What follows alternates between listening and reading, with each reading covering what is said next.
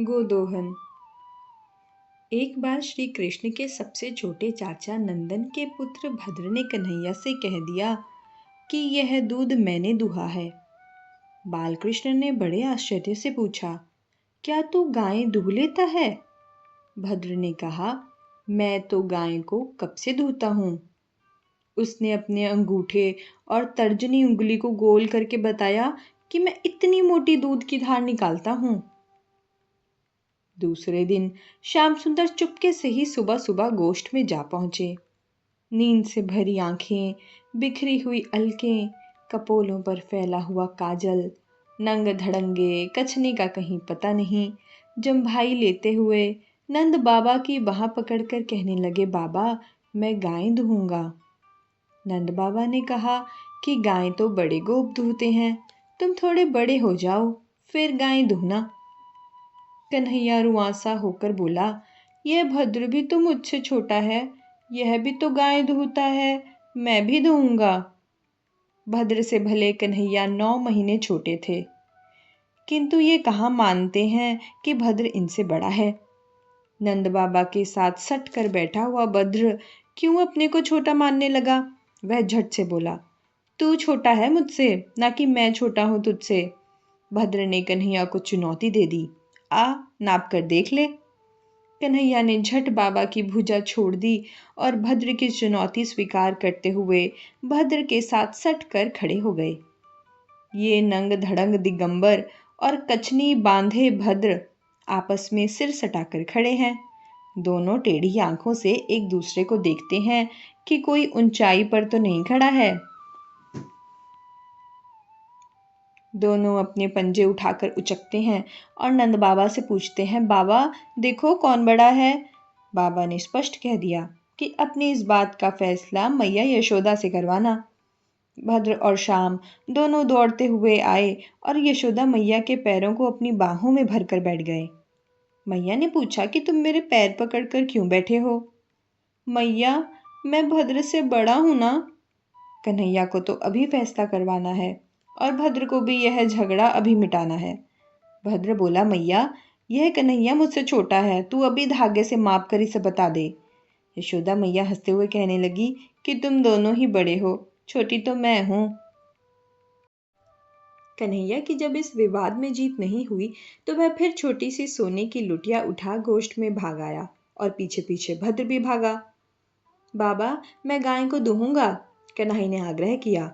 बाबा ने कहा कि सभी गायें तो दूही जा चुकी हैं और जंगल में घास चरने गई, तो तू किसे दूहेगा? कन्हैया ने पास ही बंधी 1 महीने की पीली बछड़ी नंदिनी की ओर इशारा करके कहा कि मैं इसे दूहूंगा। कन्हैया को कहाँ पता है कि यह 1 महीने की बछड़ी अभी दूध नहीं देती। कन्हैया उस बछड़ी के समीप चला गया और कन्हैया को अपने पास पहुंचते देख नंदिनी बछड़ी भी फुदक फुदक कर कन्हैया को सूंघने लगी है। भद्र अंगूठा दिखाते हुए कहने लगा, तू इसे कैसे दूहेगा? इसका बछड़ा तो है नहीं, क्या तू इसका बछड़ा बनेगा? हाँ बनूंगा। कन्हैया ने अपनी छोटी सी सोने की दुहनी नीचे धर दी और बछड़ी के पैरों के पास बैठकर उसके नन्हे नन्हे स्तनों में अपने अधर लगा दिए। गाय के स्तनों में क्षीर सागर के अधिदेवता का आवास होता है और ठाकुर जी क्षीर सागर के अधिपति हैं। बछड़ी के स्तन में ज्यों ही अखिलेश्वर बालकृष्ण ने अपना मुख लगाया तो क्षीर सिंधु ने अपने आप को वहां व्यक्त करने में देरी नहीं लगाई। नंद बाबा और भद्र बड़ी हैरानी से देख रहे थे कि बछड़ी का आयन बढ़ा और फूलता चला गया। बछड़ी के स्तन मोटे मोटे हो गए। बछड़ी का एक स्तन तो कन्हैया के मुख में है और बाकी के तीनों स्तनों से ऐसी मोटी दूध की धार चली कि सारे गोष्ठ में दूध की नदी बह निकली। एक दिन सभी सखा नई ब्याही हुई गायों के एक एक बछड़े की पूंछ को पकड़कर घूमने लगे। बछड़े इधर उधर हो रहे थे और ये सभी बालक डगमगाते कदमों से उनके साथ भाग रहे थे। सेविकाएं खड़ी खड़ी हंस रही थी। एक दिन तो दाऊ, भद्र और नीलमणि इन तीनों ने तीन तीन चार चार बछड़ों की पूंछें एक साथ दोनों हाथों से पकड़ रखी थी। बछड़े बैठे हुए थे। इन्होंने चुपके से जाकर उनकी पूंछ एक साथ पकड़ ली और वे बछड़े हड़बड़ा कर खड़े हो गए। अब एक बछड़ा एक और, दूसरा दूसरी और तीसरा बछड़ा तीसरी ओर भागना चाहता है। सभी बछड़े अपनी अपनी पूंछ छुड़ाना चाहते हैं और ये चंचल इधर से उधर खींच रहे हैं और किलकारी ले रहे हैं, मानो बछड़ों के साथ किकली पचिकली खेल रहे हों। एक दिन दाऊ, भद्र, मधुमंगल और नीलमणि ये चारों गोष्ठ में जाकर अकेली कामदा गाय का एक एक स्तन मुख में लिए दूध पीने लगे। सबके हाथ भूमि पर टिके हैं और गोबर से सन गए हैं।